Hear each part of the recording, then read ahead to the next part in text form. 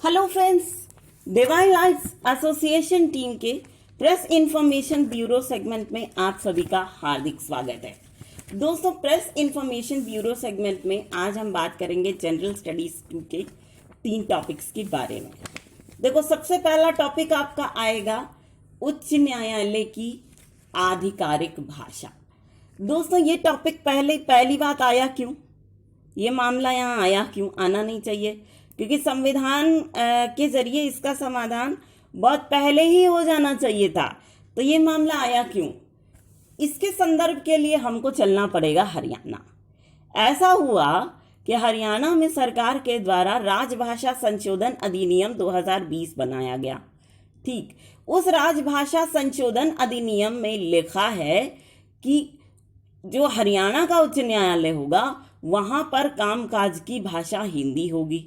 ठीक, इस पर वकीलों को हुई आपत्ति और उन्होंने डाली याचिका कहां पर, सुप्रीम कोर्ट में। ठीक है, तो ये जो आम जनमानस है ये सोचेगा कि ऐसा क्यों ये कर रहे हैं, क्योंकि हिंदी तो ऐसी भाषा है कि जो सर्वग्राह्य है, सबको समझ में आ जाती है। ठीक है, सब लोग इसको बोलते लिखते हैं, आसानी होती है हिंदी में। तो ये वकीलों ने ऐसा क्यों किया, तो कोई तो तर्क होगा वकीलों का। तो वकीलों के जो तर्क हैं वो इस प्रकार हैं। पहला, वकीलों का तर्क है कि न्यायिक प्रशासन संबंधी कार्यों हेतु निचली अदालतों में अधीनस्थ न्यायपालिका तथा अधिवक्ताओं द्वारा अंग्रेजी का व्यापक रूप से उपयोग किया जाता है। मतलब वकील कह रहे हैं कि चाहे कोई भी न्यायालय हो, चाहे निचली अदालत हो किसी भी स्टेट की, चाहे जिला न्यायालय हो, चाहे वो उच्च न्यायालय हो, उच्चतम न्यायालय, कोई भी अदालत हो, सब में अंग्रेजी का प्रयोग किया जाता है। तो ये हरियाणा कोड क्या स्पेशल है।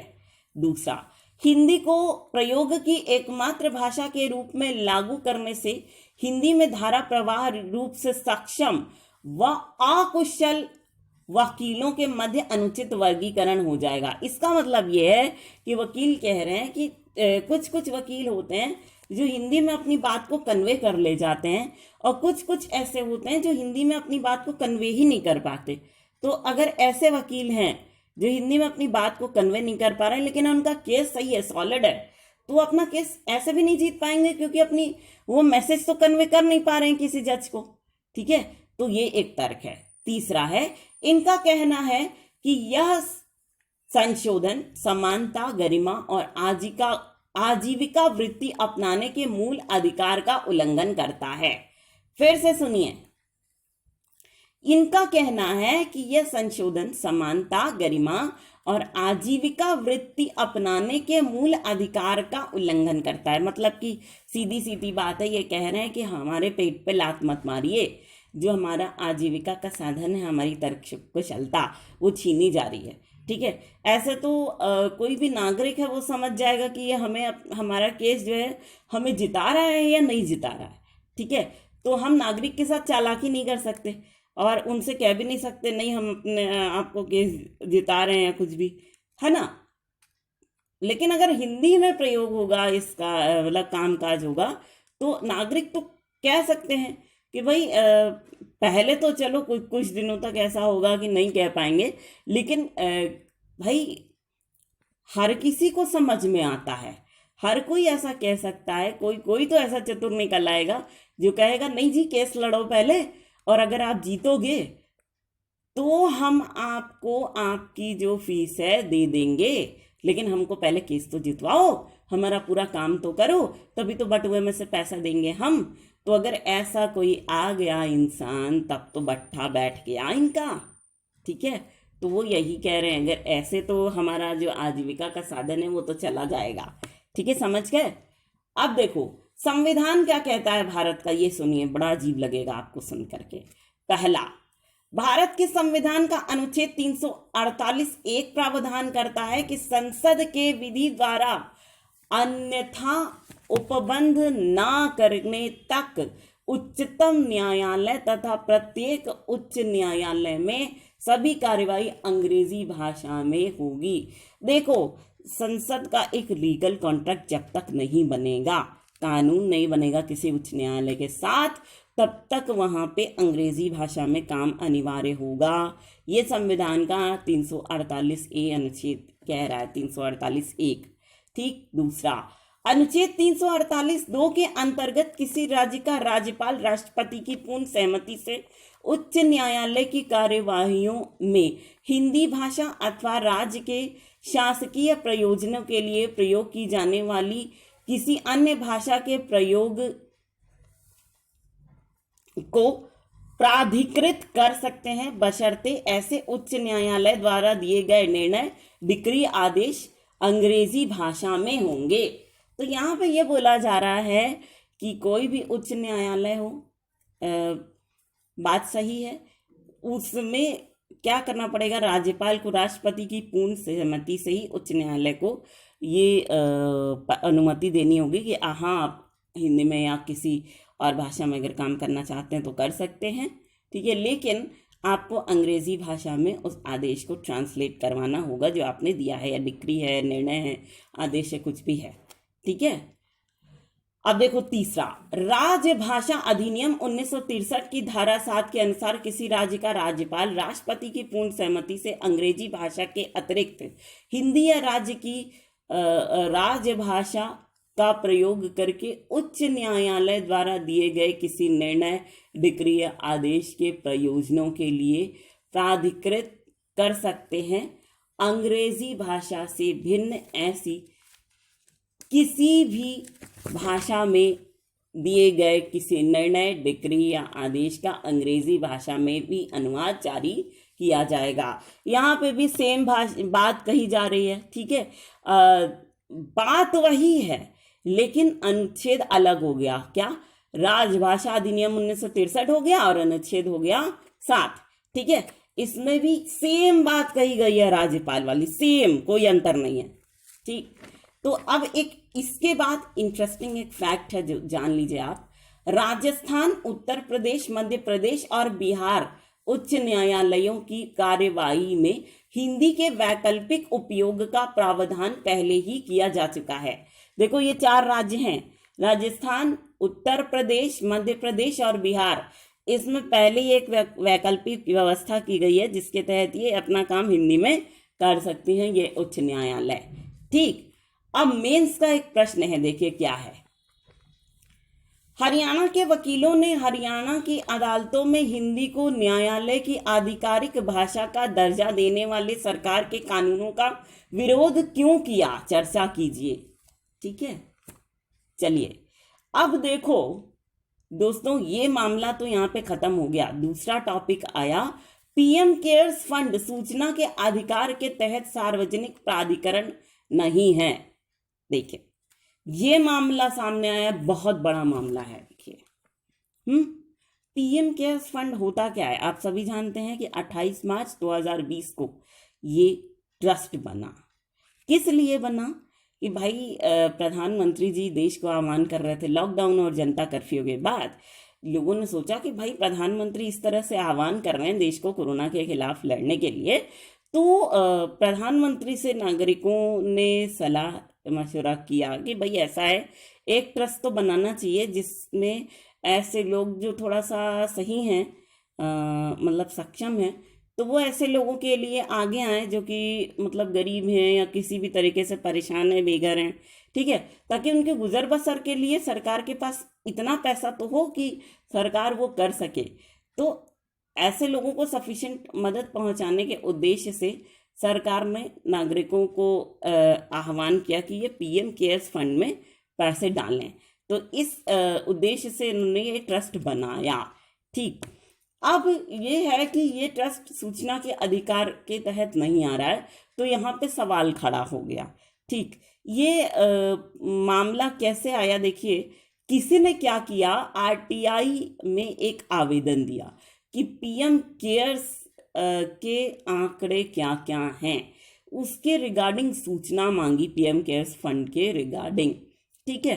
तो पीएम प्रधानमंत्री का कार्यालय जो है ना, उसने इस व्यक्ति द्वारा दायर जो सूचना थी, जो आवेदन था, उसको खारिज कर दिया। उसका जवाब देने से इसलिए मना कर दिया क्योंकि इन्होंने बोला कि धारा 2H जो है राइट टू इंफॉर्मेशन एक्ट की 2005 में जो बना था, तो धारा 2H कहती है कि ये जो प्राधिकरण है या ट्रस्ट है वो सूचना के अधिकार के दायरे में नहीं आएगा। ठीक है, वो यहां पे ये कह रहे हैं। अब सीधी सी बात है, आपके मन में सवाल ये उठ रहा होगा कि सार्वजनिक प्राधिकरण होता क्या है। ठीक है, तो देखो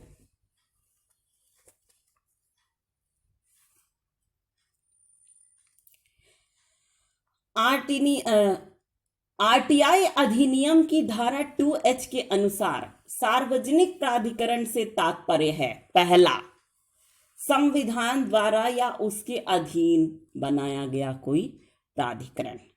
देखो मतलब कि ऐसी कोई संस्था, सरकारी संस्था या स्वायत्त संस्था कोई भी हो जो कि संविधान सभा के द्वारा बनाई गई हो, तो वो आरटीआई के अधीन आ जाएगी।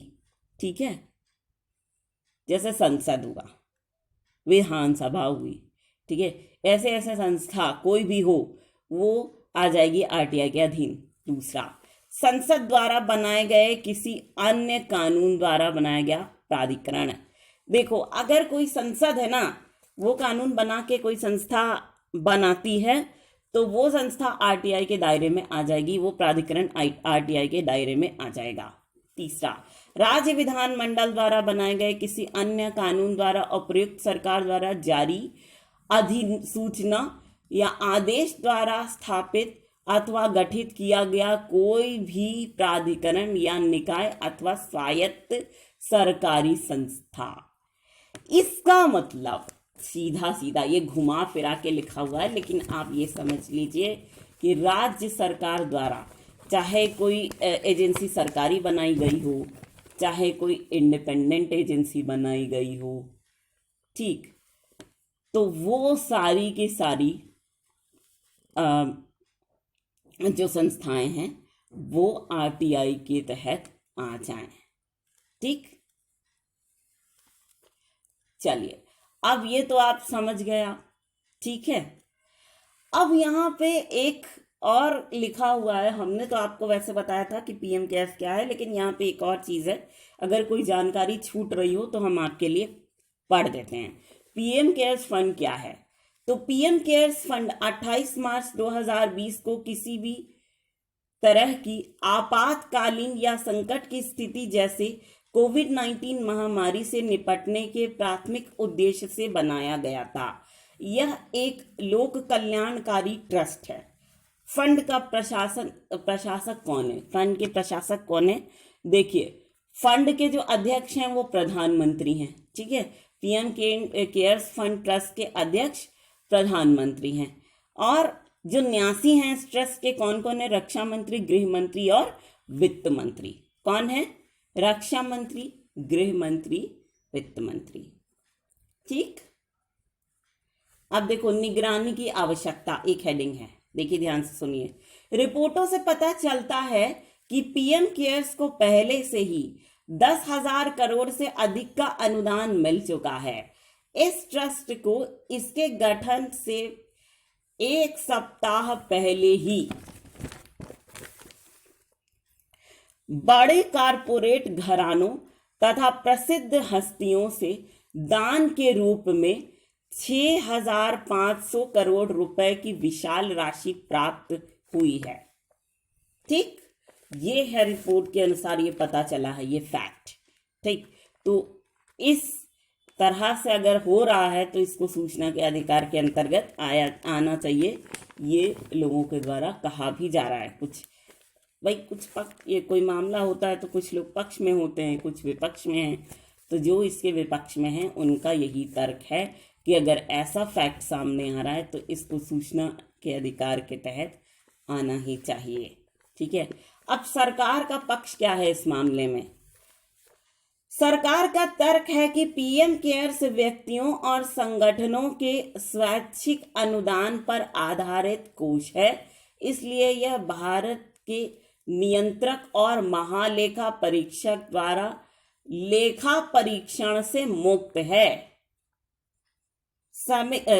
इसका मतलब यह है कि सरकार ये बोल रही है कि जो भारत के लोग हैं उनकी स्वैच्छिक जो इच्छा शक्ति है, स्वैच्छिक वॉलेंटरी जो बात है वो ये है कि देश के लिए हमें कुछ करना चाहिए, ठीक है। वॉलेंटरी भावना है, इमोशंस हैं, ठीक। और नागरिकों के साथ मेल खा गई सरकार की इच्छा शक्ति, तो इस मेल से ये कोष बना है। तो इस कोष पर ऑडिट करने वाली जो संस्था है सीएजी, उसका भी अधिकार नहीं हो सकता। उसका ये अधिकार नहीं है कि वो इस कोष का ऑडिट भी कर सके, सरकार ये कह रही है, ठीक है। अब देखो एक हेडिंग है, समय की आवश्यकता। लोक लेखा खाते में उन राशियों को रखा जाता है जो भारत के समेकित कोष अनुच्छेद 266(1) और भारत के आकस्मिकता कोष अनुच्छेद 267 के अंतर्गत नहीं आती हैं, ठीक है। इसी तरह चूंकि पीएम केयर सार्वजनिक खाता होने के अनुरूप है और चूंकि भारत सरकार के इशारे पर बड़ी मात्रा में धन संचय किया गया है, इसलिए सीएजी को ऑडिट करने की अनुमति देना पारदर्शिता की दिशा में एक उचित कदम होगा, ठीक है। ये यहां पे बोला जा रहा है। अब देखो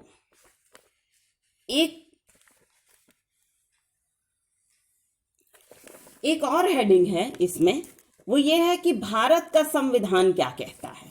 पीएम केयर्स को लेकर के जो मामला आया है तो उसमें भारत का संविधान कहता है, संविधान के अनुच्छेद 266(2) के तहत भारत सरकार या उसकी ओर से प्राप्त सभी अन्य लोक धनराशियां यथास्थिति भारत के लोक लेखे में या राज्य के लोक लेखे में जमा की जाएंगी, ठीक।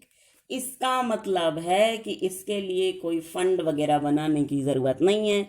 जो रिलीफ कोष होता है, जो कि अक्सर बनाया ही जाता है, उसी में वो व्यवस्था कर दीजिए ताकि उसी में लोग डाल दें, ठीक है, जिसको भी डालना है। इसके लिए कोई ट्रस्ट वस्ट बनाने की जरूरत नहीं है, ये संविधान कह रहा है, ठीक है। अब देखो मेंस में क्वेश्चन क्या आ सकता है,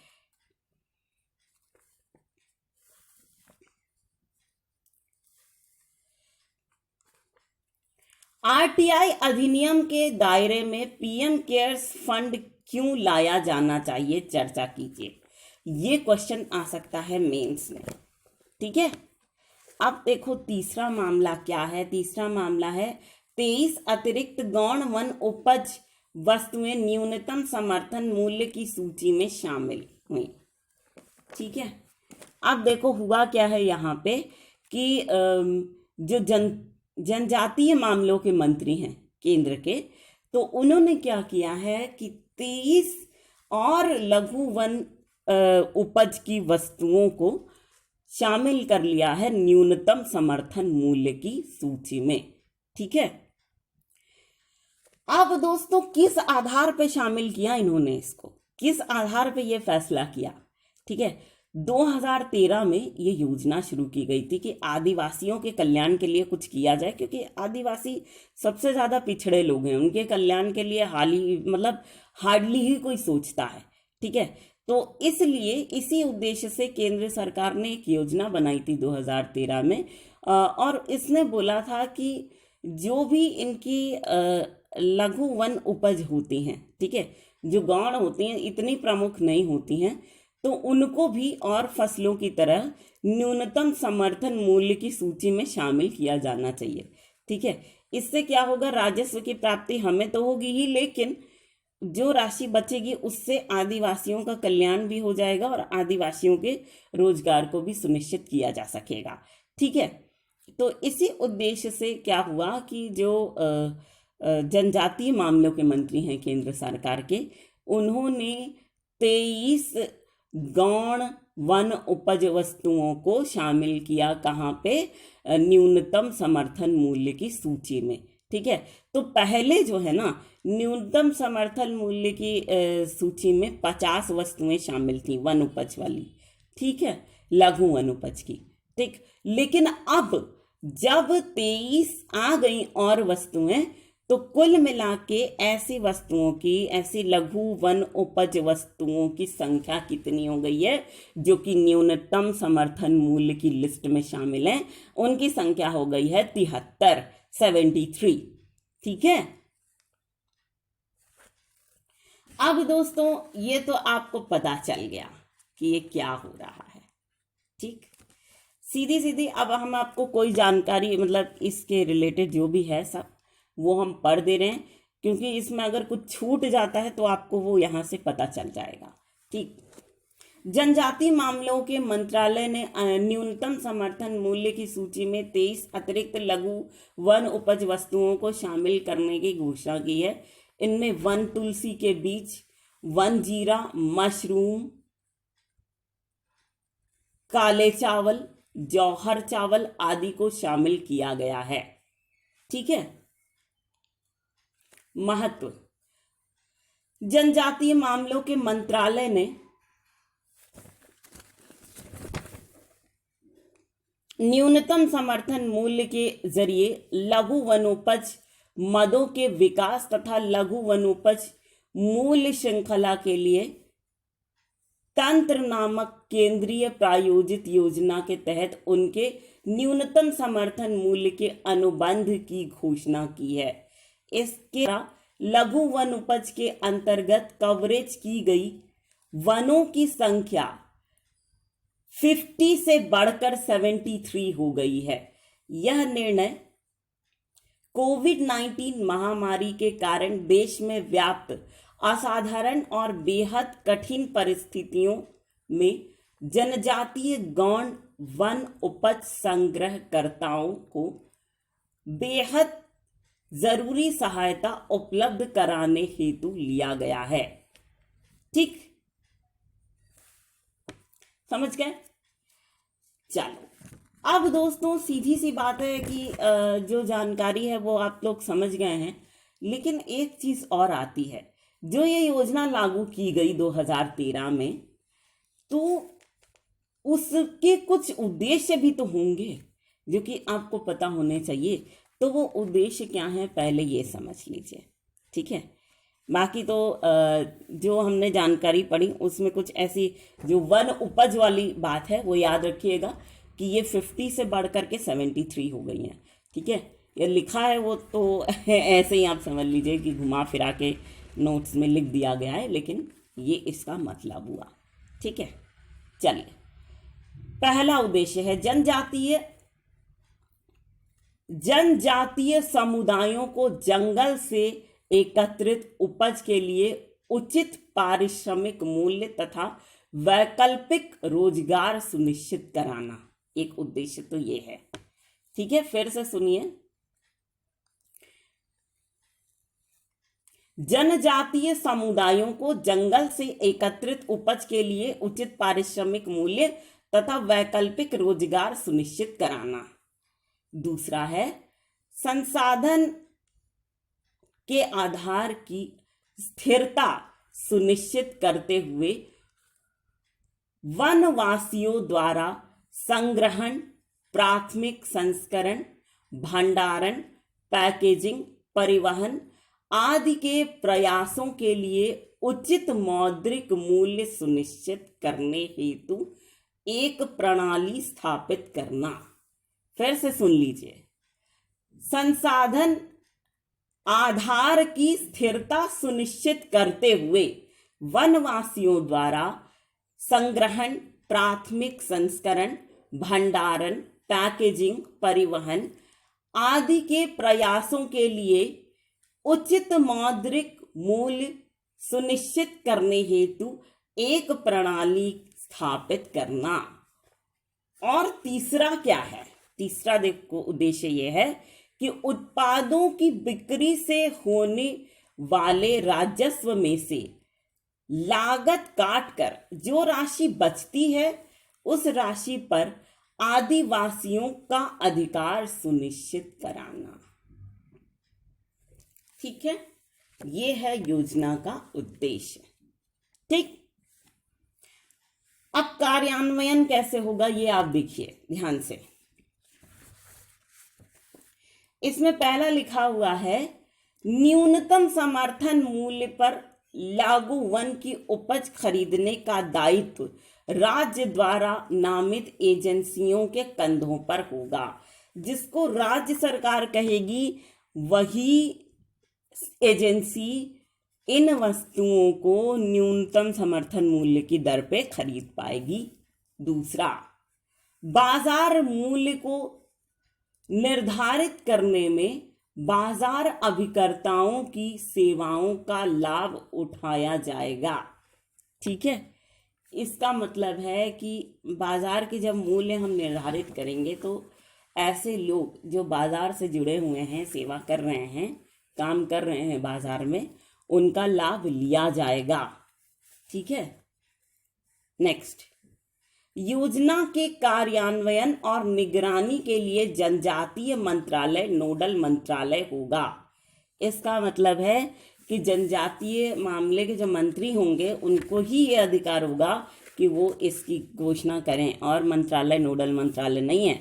जनजातीय मामलों का मंत्रालय जो चीज़ों को अच्छी तरीके से समझ सकता है वही नोडल मंत्रालय होगा। नेक्स्ट, न्यूनतम समर्थन मूल्य का निर्धारण मंत्रालय द्वारा ट्राइफिड TRIFID तकनीक से किया जाएगा। ठीक, कोई तकनीक होगी उसी से किया जाएगा। ठीक है, अब देखो नेक्स्ट हेडिंग है लघु वनोपज क्या है। ठीक, देखो वन अधिकार अधिनियम की धारा 2(1) के अनुसार वन अधिकार अधिनियम धारा 2(1) के अनुसार गैर इमारती लकड़ियों, बांस, ब्रशवुड, कैन, स्टंप, कोकून, शहद, मोम, लाख, तेंदू तथा तेंदू की पत्तियां, औषधीय पौधों आदि को लघु वनोपज का दर्जा दिया गया है। ठीक है, वनोपज का दर्जा किन वस्तुओं को दिया जाता है? ऐसी वस्तुएं जो कि वन अधिकार अधिनियम की धारा 2(1) में शामिल हों।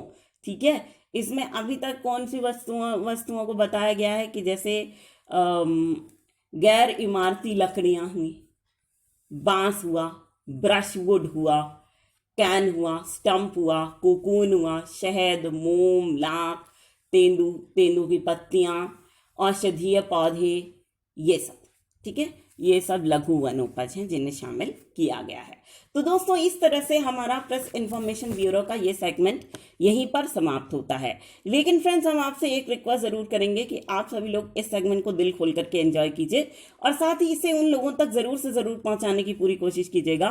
My most dearest of the dearest friends, जो लोग इंटरनेट फैसिलिटी का लाभ नहीं उठा पा रहे हैं, है ना, तो इसी छोटे से रिक्वेस्ट के साथ हम आप सभी के ढेर सारे प्यार, जुनून, जज्बात और कड़ी मेहनत के साथ साथ आप सभी की उस कोशिश को भी दिल से सलाम करना चाहेंगे जिसकी बदौलत ना सिर्फ आप सभी नई नई ऊंचाइयों को छू रहे हैं बल्कि साथ ही आप सभी हर क्षेत्र में अपनी योग्यता का परचम लहरा पाने में भी भली भांति सक्षम हैं।